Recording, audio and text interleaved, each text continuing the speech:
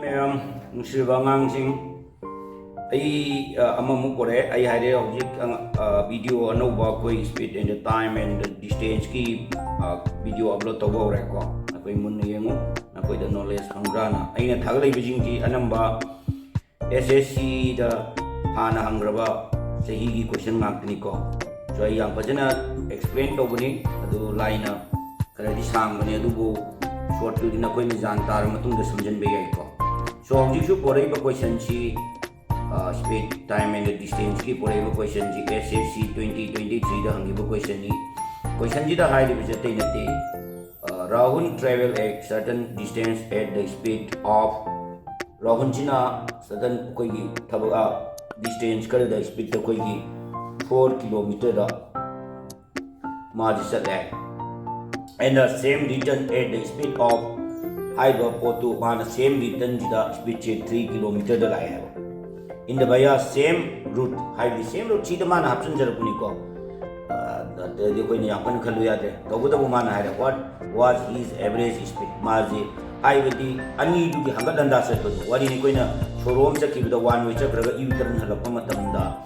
speed to amana chakki bida na 4 km da se lai ni para wada halakpa sina 3 km da award da lai hai ni sai ani ji ni no na point no da do my average speed to bu ai but mana haira entire journey du gi hai bidi round du set du gi speed to bu to bu last mana amaga mu hapse lamni hai bidi correct 2 decimal line na to koi divide toraka decimal tar ko du adaida koi gi kano du yi we wa ne koi ni average putopu matam da average ki koi formula lai ji ko adu hore makha di rake ham da piri ji kai do gen hai matam da speed going ji chat ki bi kaya no na koi na na lo ro adu di chat ki bi going ji kai do ge ai tar ga di ai koi na kaya ai tar sai gi speed going ji kaya ne lo tar ga di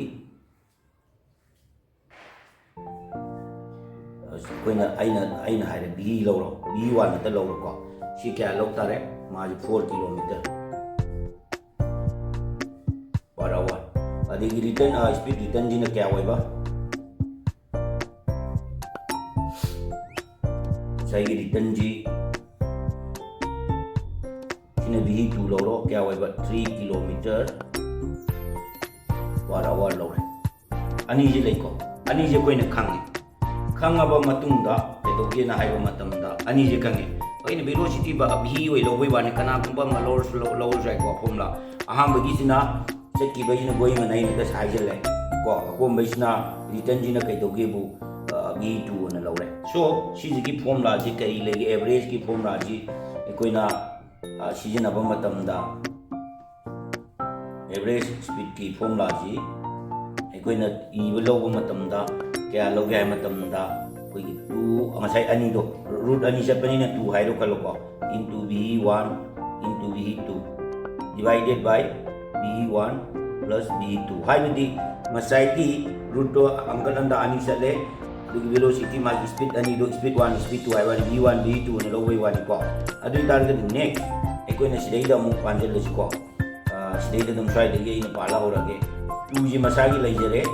and the plus into v1 di kya no 4 and the v2 di kya no 3 saloi pire ko v1 v2 saloi pire second makha da jo v1 di kya no 4 plus kya no v2 ji kya no 3 adu itar gudi koi na par ji ko matak ji kya tare plus to into to ro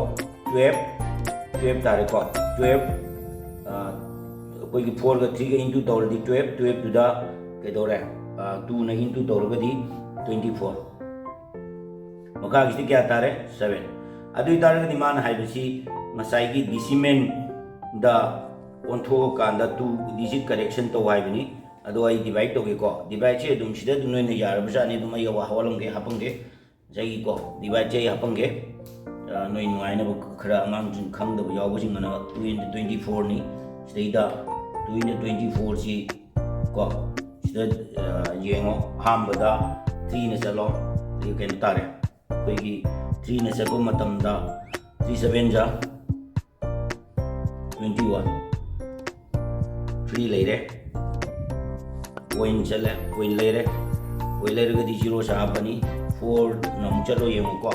4 ꯅ ꯆꯠꯂꯒꯗꯤ 7 4 ꯖꯥ 28 ꯀꯌꯥ ꯇꯥꯔꯦ 2 ꯁꯤꯗ point ꯂꯩꯈ꯭ꯔꯕꯅꯤ 0 ꯑꯗꯨ ꯑꯣꯏꯇꯥꯔꯒꯗꯤ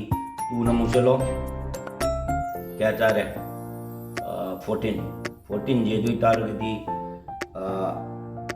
14 da 14 ji tare adidi minus tawraba matung dadi kaya tare 6 sida 0 amu hapchalo ko adui targadi koigi masagi point je si mathang dum jendarani 8 na muchat yare ko 8 na mo ai samjalabi wani ko 8 na muchalo adui targadi si 8 na chalakanda sida dum ariembadu sum continuously dum lakrani lakpa matamda kaidoke na matamda masagi 2 decimal ani ka khaibne koine divide taw matamda 3.428 lere 3.28 leba matamda kaidoke na matamda masagi last 3 digit se koi ki 5 tagi koine ta model oi ta di mathang da plus taw changada 2 ji 1 plus taw targadi 3.43 ta answer ji kya tare 3.43 answer ji tare ko